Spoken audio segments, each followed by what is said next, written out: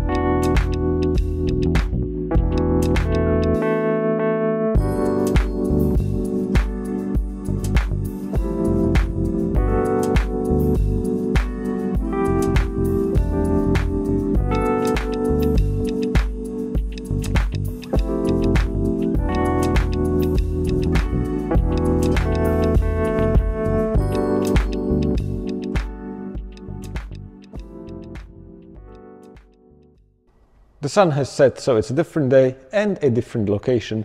I can give you a bit of a sneak peek. Arthur got the keys to it quite recently. It's very close to our showroom, and we will use it as more of a dedicated preparation area, which would free up some of the space in the showroom itself. While it's still empty, I thought it would be a good opportunity to use the space to show you our custom blue i3, because there's a lot of construction going on right on Weymouth Road. Anyways, let's just get to it.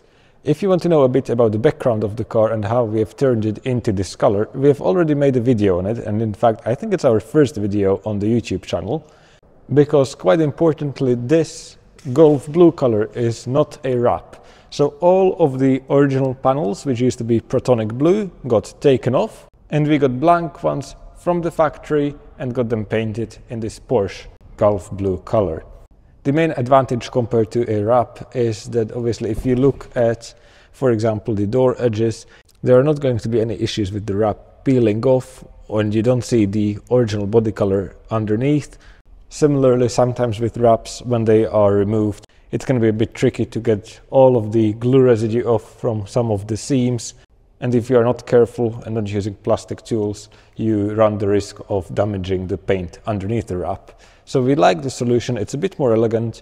Obviously, it's also quite a bit more expensive, but Arthur will probably manage to recoup some of the cost by selling the original Protonic Blue panels on the second-hand market.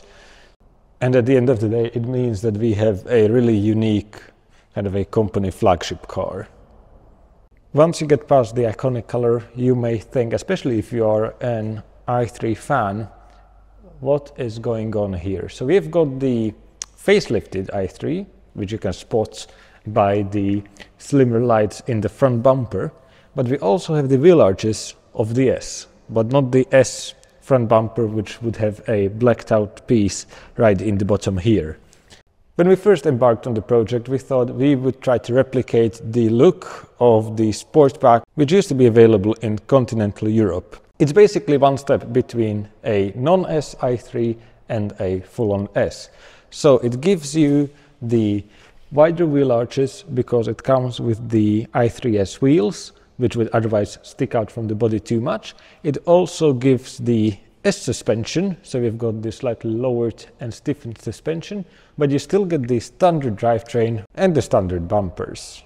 When we have been working on it though, we have realized that we did not quite have the correct spring and damper setup for the S with the 94 amp hour battery and the range extender.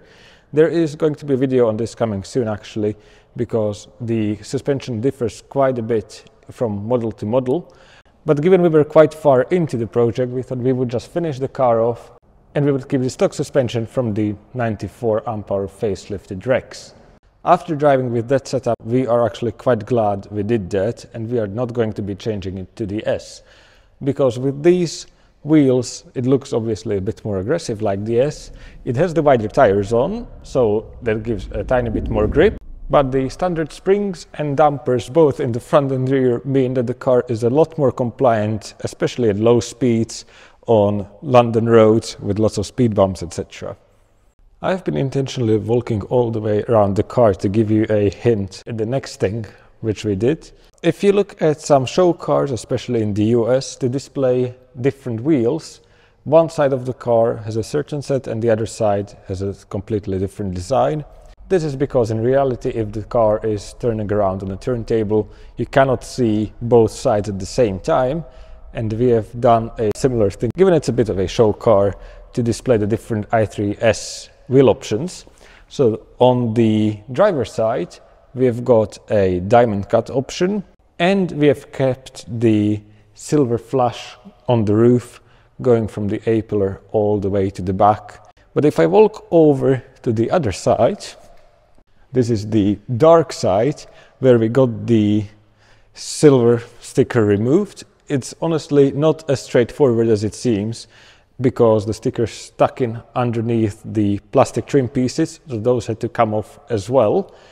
And to complement that, we have got the fully jet black wheels without a diamond cut finish. Based on what people say, it's about a 50-50 split between the right and the left side, so let us know in the comments which one you prefer, the dark or the bright side. The interior is pretty standard, no custom stuff here. It does have the Harman Kardon speakers and privacy glass in the back. Please appreciate that this car is not really prepared to our retail standard, as we do use it on a daily basis, and I've just left a massive foot mark in the carpet here.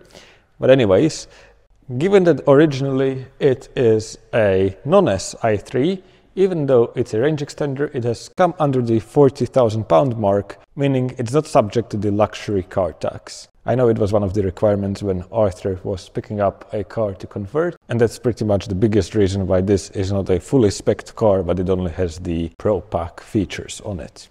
If I turn it on, as I said, it's pretty much a stock car, but if you look closely at the iDrive screen, the satellite navigation says that it's loading, and in fact it will never load and you can't go into the navigation menu at all.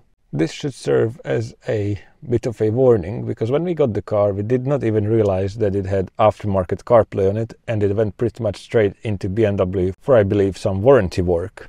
Shouldn't be a big deal, but as a part of that, BMW has updated the software on the car, and the moment it happens and there are any modifications done to it, it can freak out, and that's what happened here. It went into theft protection mode, so there is no sat-nav available at all. We still do have access to it through the app, but we can't use the built-in navigation system. And needless to say, the aftermarket CarPlay doesn't work either. I don't want to scare you. We will actually have a separate video coming soon on the whole CarPlay situation on the i3s as well, because it's quite complicated and it differs based on the age of the i3 you are looking at. The aftermarket option is definitely possible. All the hardware is in the car, but you just have to be really careful with how you activate the software and what you do with it afterwards. Regarding our example here, it's possible to get it unlocked, and we will look into it in the future, but it's not something which has been really urgent, and we just use a phone cradle with usually Google Maps or Waze running anyways. I brought the car back, but I totally forgot the last modification which we made, which is the horn. So let me roll the window down and beep the bevy horn. Sounds almost like a lorry. And just for comparison, a stock i3. That's all for today. Let us know what you think of the color and maybe which one we should do next. We should also probably drag race the cars, because with the Golf Blue having such deep history in motor racing, it probably makes the car at least half a second faster. But anyways, thank you very much for watching and see you in the next one.